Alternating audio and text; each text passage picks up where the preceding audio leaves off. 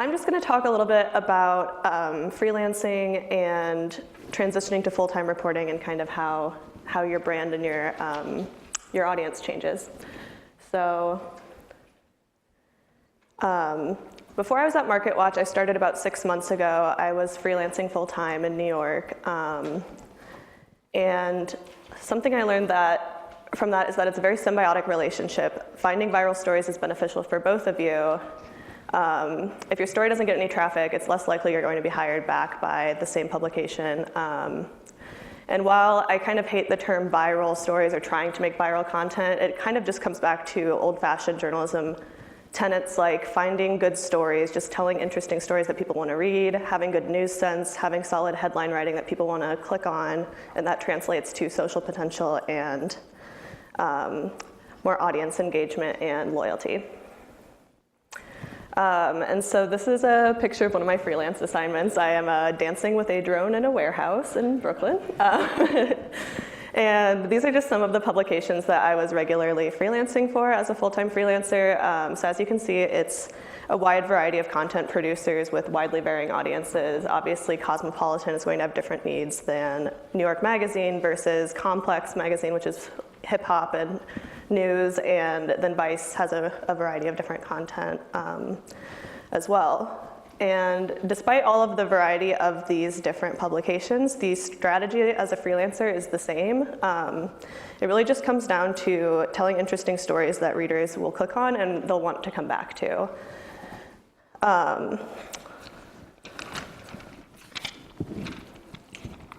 This is an example of one of the more viral freelance stories I wrote. I wrote about the Stanford, the convicted rapist, former swimmer, who had a short sentence, and so people were protesting it. And one way people protested was a bunch of witches put a hex on him at the same time. So this story got a lot of shares, I guess because it's a weird topic, but something that is interesting about freelancing versus full-time is that you don't really have access to the back end of what's getting more traffic, so you kind of have to find your own workarounds. This is a tool from Muckrock that allows people to just click in the URL and you can see how many people have shared your stories.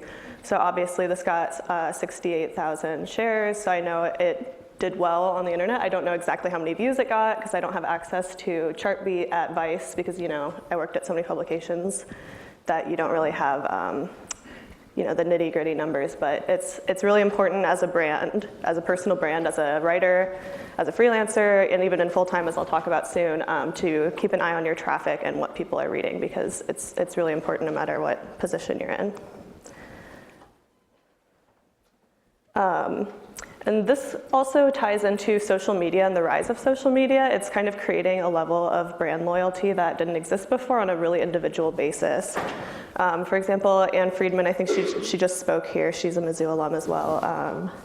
A lot of times people are building these brands where a lot of people will say, I'm going to read this author no matter what publication they're writing at because I really like their work. And I can think of a lot of people off the top of my head like that. I know Sarah Jong, I worked with her at Motherboard, but she writes at a lot of places and she's kind of fostered this profile of being a legal expert. And I know Adrian Chen, I think he's full-time at the New Yorker now, but before that he was freelancing, and you just knew when he had a story coming out it was going to be great. So that's been a really big issue with the rise of social media, is people just having more attachment and brand loyalty to individuals rather than publications. Oh, and this is an Anne Friedman chart. She's a great freelancer, and it's just your critics and who you should actually listen to. But so in my experience, going from, I was a full-time contributor at Motherboard at Vice for about a year, and then I went to full-time freelance for 6 months. And so that kind of transitioned my audience from a very technical, tech-based Motherboard. Their audience is very, there's a lot of tech professionals and kind of the hacker community and people who kind of are up on tech news. And then full-time freelance, you know, I was writing for Cosmopolitan, kind of a bigger variety of publications, and kind of taking my tech expertise and trying to spread it out to a wider audience and kind of make it more accessible for everyone. And then as I transitioned from full-time freelance to a full-time reporter at personal finance at MarketWatch, that's obviously a very different topic. I mean, not so different because everything overlaps these days, but each time I moved positions, I brought a different audience with me every step of the way. So going from a highly technical tech audience to a really broad, all types of topic freelancing, and then now to personal finance, where I still cover a lot of technology, but much more on the consumer level and consumer-facing side. So this is my personal profile or social media profile, and I have like about, I think, 3,500 followers. Or no, I almost have 4,000 now. But this is just, anyone can do this on Twitter. You can look at your analytics. And so this is just, you know, as a freelancer and a reporter, just kind of building an audience of people who follow my work on Twitter. As you can see, people look to me for business and news coverage, politics, technology, tech news, and movies and television. I did not know people would look at my Twitter for that. But also my audience is mostly English speaking. Gender-wise, it's 66% male, 34% female. I'm not sure if that's a carryover from working at Motherboard, because I know their audience is mostly men at Vice, but it's definitely transitioned a lot recently. They're doing a big push. I mean, they launched Broadly, which is their women's website. So that's definitely a portion of that audience. And this is just the age groups of my audience. Obviously, I have a large young person demographic. About 60% of my followers are between 25 and 34. And I have very few over 65, which you'll see as I transition to MarketWatch, which is largely, it's a financial publication, a lot of like older men who are checking the markets. It's very different from my personal audience of 25 to 34. So as I transitioned from freelance to full-time at MarketWatch, I really loved freelancing, but I really missed being in a newsroom, and so transitioned to full-time there, and it obviously benefited me because I had a larger, consistent audience, obviously more consistent work, the freelance hustle, and MarketWatch is the best. I really love working there, so. And benefits to MarketWatch, I'm bringing my younger, more diverse audience to their older demographics, and my freelance background gives me more insight on what people want to read across the web, and that's something that, as I showed you with the muck rack tool and just kind of keeping tabs on what gets shared a lot across all these different publications, it gave me a really good sense of news and what people are wanting to see. And so MarketWatch has a really interesting audience and interesting in terms of brand loyalty. So we get 33% of our traffic from direct traffic, which means that people just typed in marketwatch.com and or they'll just sit on our homepage and refresh it. We do have tickers on our homepage, so a lot of people will look at the market, see what's going on, but it's actually very rare to have so much traffic from direct clicks. A lot of people get mostly social referrals. So it's 33% direct traffic, meaning they came directly from an email, a PDF, et cetera, whereas 28.9% came from internal, which means they're just sitting on marketwatch.com. It's very rare. And as you can see, only 6.3% was social, which we're definitely growing a lot in terms of that as we reach a younger audience, but for now it's largely direct traffic. And we do have a high number of return visitors. 30% is returning and 69% is new. And this is just a comparison. This is from 2015, but the numbers I think are still very similar. The vast majority of news publications see their traffic come from social referrals. So Facebook surpassed Google recently as the top referrer. But as you can see, 43% of other news sites get they get 43% of their traffic from social. So it's definitely very different from our 6%, I think I saw on the last slide. And these are just our top referral sources. As you can see, MarketWatch is the homepage as our top refer. Other places, Facebook is the top, then Google, Yahoo, Twitter. We also get a lot of traffic from Drudge. He loves MarketWatch. Love a good Drudge link. And so yeah, you can see it's very different. MarketWatch has a very different audience, strategy, and brand loyalty from all of these other publications. And so this is just a snapshot of my personal, we use Parsley to track our traffic and our referrals. And so this is just my own personal profile, and you can see, I think this is in the last 6 months, 1.74 million views, 1.3 million visitors, 1.6 engaged minutes on the 95 articles that I've written since September-ish. My top article is The Death of the Dinner Date with 189,000 visitors. So you can just kind of see how these metrics break down for me personally as a writer. And on that specific article, on the Death of the Dinner Date article, you can look at, or no, is this? No, this is just for my whole, my top refers of my stories. So MarketWatch is my top refer, people just going to the homepage, get a lot of traffic from Drudge Report. Yahoo, because a lot of our content shows up on Yahoo, and then Facebook and Twitter are down there as well. And so a lot of these stats of who my top refers as a reporter are really do mirror MarketWatch, but you can see that there is an increase in social referrals, which I think could be partially owed to my younger audience on social media and kind of people that I'm pulling in from my sphere as a freelancer and just my own personal following.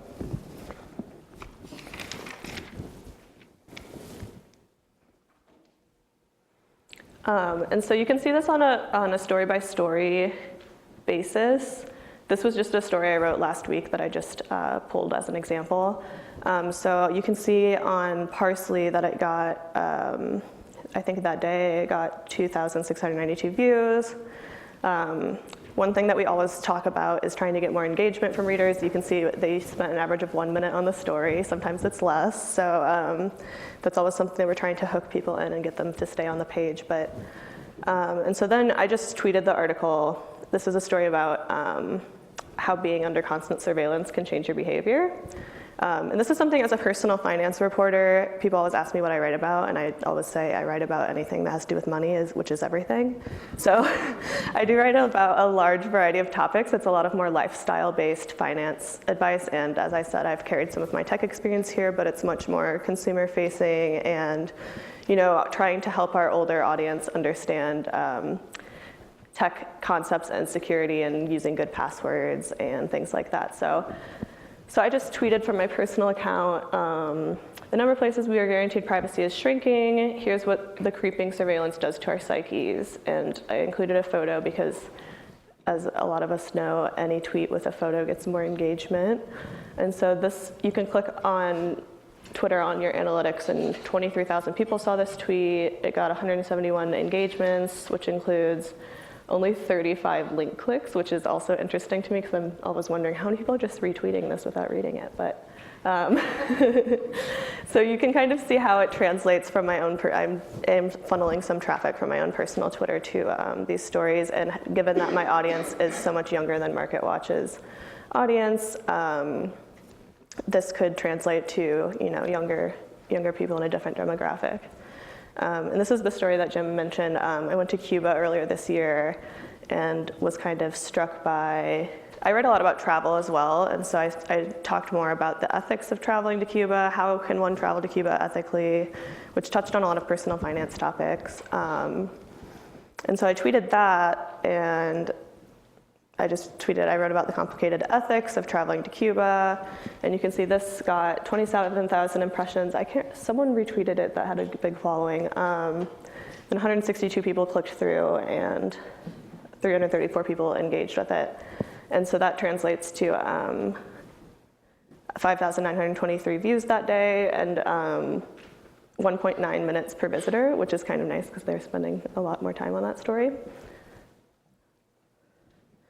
So there are a few takeaways from this. Increasingly in the age of social media, journalists, whether you're freelance or full-time, you need to pay attention to metrics. So when I was freelancing, I was looking at tools like Muck Rack. I was looking directly on the Facebook page of Vice or whoever I was writing for, and seeing how many people clicked or shared or liked it. And now that I'm full-time at MarketWatch, I have access to Parsley, and I try not to be an addict who looks at Chartbeat or Parsley every morning when I wake up. I don't have it on my phone, but I do frequently look at it because it's interesting and beneficial to see what stories people are reading. Because at the end of the day, I don't like the term making a story go viral, but at the end of the day, that's just good news sense. That's just a traditional value of journalism, is writing things that people want to read. So growing your personal brand means more views for you. Brand loyalty for MarketWatch means more views for them. And if you can combine these and have reporters that people follow and know that they can come back to for reliable coverage, that means more engagement and better content for everyone. So, questions for Kari? So you're a masterful headline writer, first of all. I wanted to click on every single one of those. It is important, isn't it? I think a lot of times we talk about clickbaity headlines and kind of scoff, like, such a clickbaity, but it's important, right? Right. Headline writing is really important. Did you learn that here? Yes. Say yes. I oh, did. Good. Yes. Good. I mean, it really, but it really is. Brand building as a journalist. Have you talked with your colleagues about it, and how do they feel about it? And I mean, is this like cocktail conversation? Like, how do you build your brand, and how do you? Because I think it is important. Yeah, I think it really depends on what beat you're on and what type of audience you're looking to create a following for. I mean, it's kind of like a joke amongst people, like, oh, it's part of my brand. Like, it's important to do, but you can't take it too seriously. But at the end of the day, it's about writing good stories. For me, I don't really care about making jokes on my Twitter as much as I care about pushing out interesting stuff that people want to read. So. Well, and being a freelancer, you have to succeed. Mm-hmm. It isn't an option. You don't hide behind the moniker of whatever corporate entity you work for anymore and say, oh, well, it's their job that it goes. It works. Right. Right? Yeah, and I'm really glad that I had the ability to freelance for about 6 months between Motherboard and MarketWatch, because I think it gave me, as I said, a really good perspective on the industry at large, because you kind of have to be hovering over all of these publications and thinking about, you get a story idea, or you think like, I should write an article about that, and then you have to think, okay, well, what publication would that work best with? And you build these relationships with different editors, and you know, like, oh, I know this person would like that story, I'm gonna shoot that editor an email. And so it really gives you a perspective on the whole industry, and as I said, it really translates to strategy with social and other involvement at a full-time job. And do your peers keep track of all of the analytical data that you do? Do they do Muck Rack? Do they do all those tools that you were talking about? If they'd never freelanced before, do they have the same sort of passionate understanding of who's following me? How does that differ from what I might have used to have done? I think I learned a lot of it here at the J School. I'm really lucky that I went to school here and learned a lot about just keeping up on the cutting edge of who's reading your stories and things like that. I do have like a few freelance resources and communities where I talk with other freelancers and we bounce ideas off of each other. And so a lot of people there will say, oh, how do I see who's reading my stories? And people will suggest Muck Rack. So there are communities where people share resources, but I don't know if every freelancer is getting that into analytics, but yeah. Any other questions for Kari? Yeah, hang on just a second.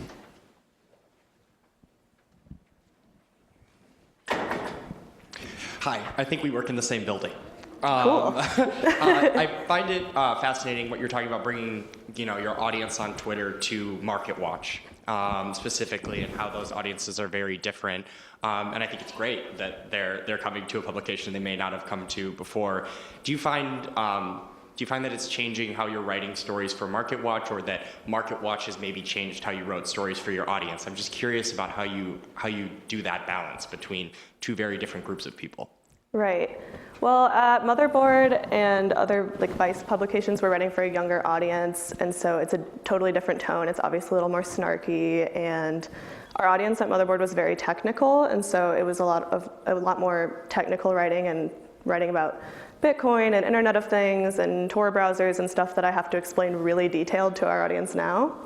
And so I do get a little bit of clashing with that in terms of like, I'll tweet an article about here's how to keep people from monitoring you, or here's what you should do with your passwords. And some of the hacker and more tech savvy followers I still have from previous writing will tweet at me and be like, everyone knows this. And I'm like, okay, but my new audience does not. I'm trying to help them with content that's actually useful for them. So, you know, it does create some interesting feedback on Twitter for sure. But you do engage them when they say this. Yeah, no, I respond to every reader email ever, unless it's like threatening. And they're always surprised. Kari Paul from MarketWatch. Thank you, Kari. Thank you.